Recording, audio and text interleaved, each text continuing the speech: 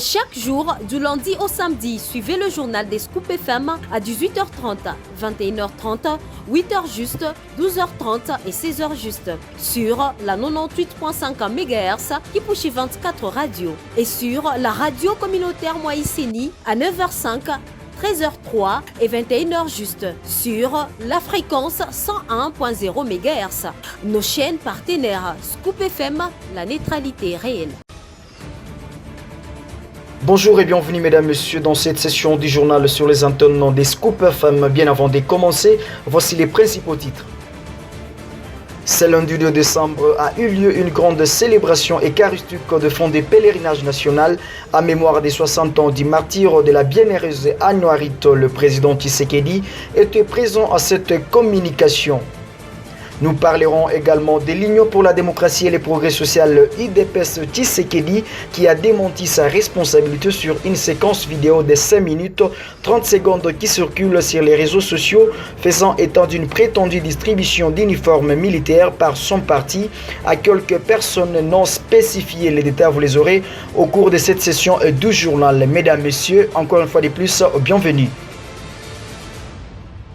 Comme annoncé dans les sommaires, la célébration eucharistique marquant la fin du pèlerinage national pour le 60e anniversaire du martyr de la bienheureuse sœur Anouarit Nengapeta, ce lundi de décembre 2024 dans la ville d'Issiro, dans les Hautes-Ouélé, le chef de l'État congolais, Félix-Antoine Tshisekedi Tshilombo, y prend part. La messe a été dite par Monseigneur Marcel Outembi, archevêque de Kisangani.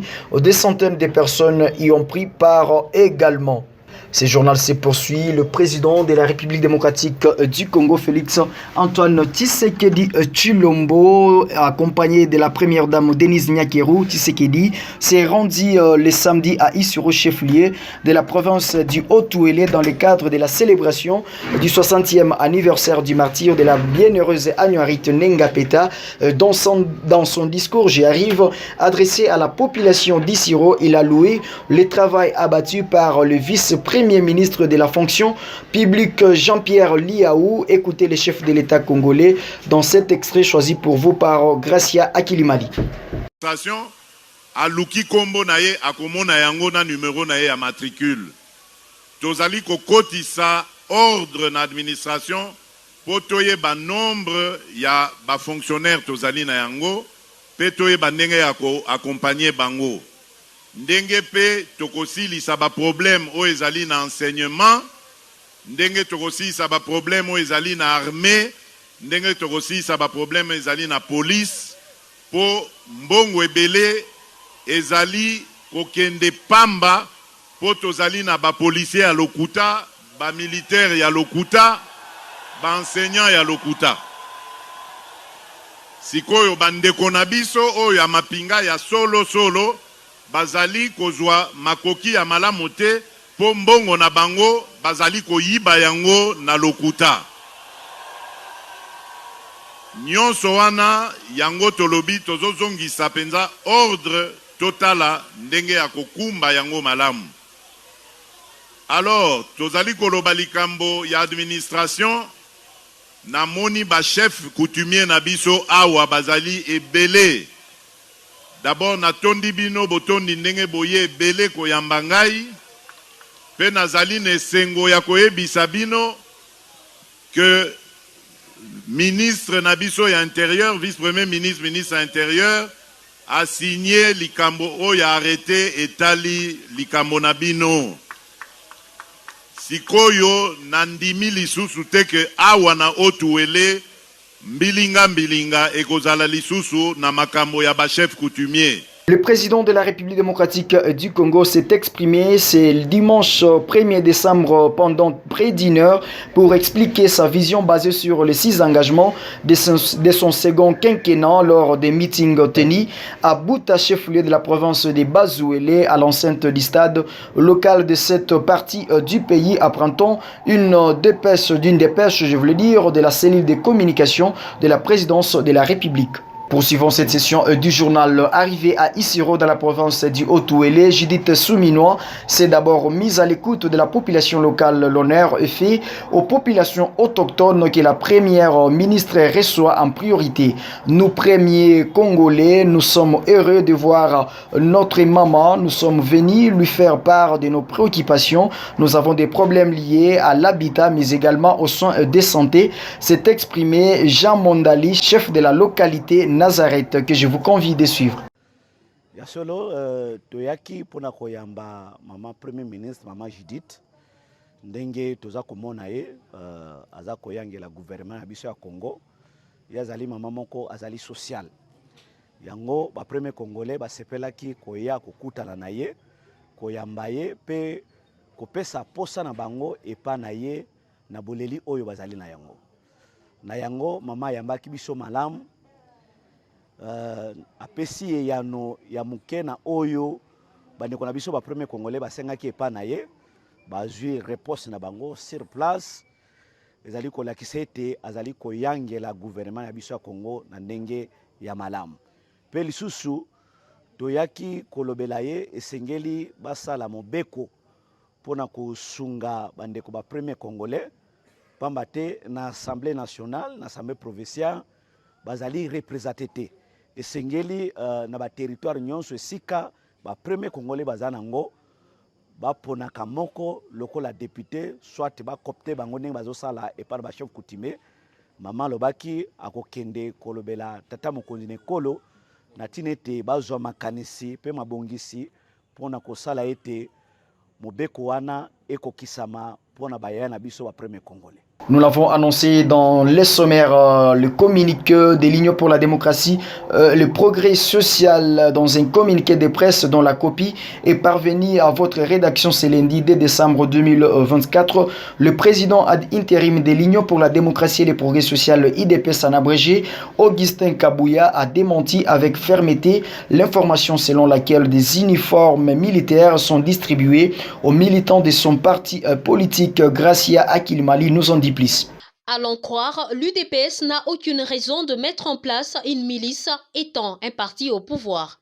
Il renchérit son propos en soulignant qu'il s'agit des ennemis de l'UDPS qui veulent complètement salir l'image du parti au pouvoir. Néanmoins, Augustin Kabouya s'est déterminé à poursuivre le combat du changement de la Constitution et s'engage à saisir l'auditorat militaire aux fins de l'identification des auteurs de la dite vidéo, du lieu de son enregistrement et de l'arrestation. Dans une vidéo devenue virale sur les réseaux sociaux, un individu a été arrêté avec une tenue de forces armées de la République démocratique du Congo en affirmant qu'il avait obtenu auprès de Augustin Kabouya qui, selon lui, l'UDPS a attribué ses uniformes de l'armée aux militants du parti. Une situation que la société civile et quelques leaders de l'opposition ont considérée comme une déclaration gravissime et ont lancé un appel à la justice militaire de s'en occuper afin d'élucider la long terme de l'opinion tant nationale qu'internationale. La nouvelle Société nationale d'aviation civile Air Congo vient d'acquérir son premier aéronef. Il s'agit d'un Boeing réceptionné le samedi 30 novembre 2024 à l'aéroport international de Njili en provenance d'Addis Abeba, la capitale de l'Éthiopie. Cet aéronef est le fruit du partenariat avec la compagnie Ethiopian Airlines visant à construire une grande société aérienne au Congo, a indiqué Jean-Lucien Boussa, ministre du portefeuille. A noté que la société Air Congo va élargir les lignes aériennes exploitées par Congo Airways. Encore les patrons du portefeuille, les Congolais vont à travers cette compagnie pouvoir voyager de Kinshasa vers les ISA, la Chine et tant d'autres destinations jadis inaccessibles. Entre-temps, l'exécutif national a loué des avions pour relancer l'autre compagnie nationale Congo Airways Libye et de combler les gaps dans les secteurs aéronefs dominés par les sociétés privées. Poursuivons cette édition du journal. Véronique Ngongofora, commissaire nationale des droits de l'homme et chargée des personnes vivant avec le sida et autres groupes vulnérables, a souligné dans un message publié ce dimanche 1er décembre 2024 à l'occasion de la 36e édition de la Journée mondiale de lutte contre le sida que 120 000 personnes en République démocratique du Congo refusent de suivre les traitements antirétroviraux. Joyce Kalinga nous en dit plus. Cette dernière précise que selon le programme national de lutte contre le sida en République démocratique du Congo, sur une estimation de 520 000 personnes infectées, 400 000 sont sous traitement antirétroviraux, alors que 120 000 personnes ne suivent pas leur traitement. 21 000 personnes ont été nouvellement infectées par le VIH en 2023 en RDC, dont 6 300 sont des enfants entre 410 000 et 640 000 personnes vivent avec le VIH en RDC. En 2023, 11 000 personnes, dont 4 300 femmes, 3 500 hommes et 3 200 enfants ont perdu la vie à cause du VIH. Alors ils sont unis derrière l'objectif commun de sauver les vies et mettre fin au VIH, a indiqué Véronique Ngongofora. La CDNH appelle à cette occasion à des actions concertées pour remédier à cette crise. Elle insiste également sur l'importance de renforcer les campagnes de sensibilisation, d'informer les communautés sur le VIH, son traitement et le droit des personnes vivant avec cette maladie afin de combattre les idées fausses. Cette structure de la défense des droits de l'homme note par ailleurs qu'il est nécessaire de lutter contre la stigmatisation, mais d'encourager l'inclusion sociale et pouvoir des politiques favorisant le respect des droits des personnes vivant avec le VIH. Notons qu'à l'occasion de la Journée mondiale de lutte contre le sida 2024, le thème retenu pour cette année est « Vivre avec le VIH est un fait, pas un problème ». Le VIH est un fait, pas un problème. La SNEL annonce l'interruption du courant électrique du 1er au 5 décembre chaque 7h à 17h dans un communiqué de la Société nationale d'électricité à Kasumbalesa, dont une copie est parvenue à la rédaction de Congo Profonet. Les populations de Kasumbalesa, Moussochi, Chimbombele, Meleki, Kinsenda Kitotwe, Kinsendagar seront privés de l'énergie électrique du 1er au 5 décembre 2024. Lit-on sur les mêmes communiqués, cette situation est consécutive aux travaux de montage des deux pylônes d'entrée et sortie au nouveau poste de Kasumbalesa, encore en chantier, et les tirages ligne haute et tension. Les détails, vous les aurez dans nos prochaines éditions. Et c'est la fin de cette édition du journal. À toutes et à tous, merci de l'avoir suivi et surtout, restez branchés sur la chaîne de la neutralité réelle. À très vite. Chaque jour, du lundi au samedi, suivez le journal des Scoop FM à 18h30, 21h30, 8h juste, 12h30 et 16h juste sur la 98.5 MHz Kipushi 24 Radio et sur la radio communautaire Moïseni à 9h05, 13h03 et 21h juste sur la fréquence 101.0 MHz. Nos chaînes partenaires Scoop FM, la neutralité réelle.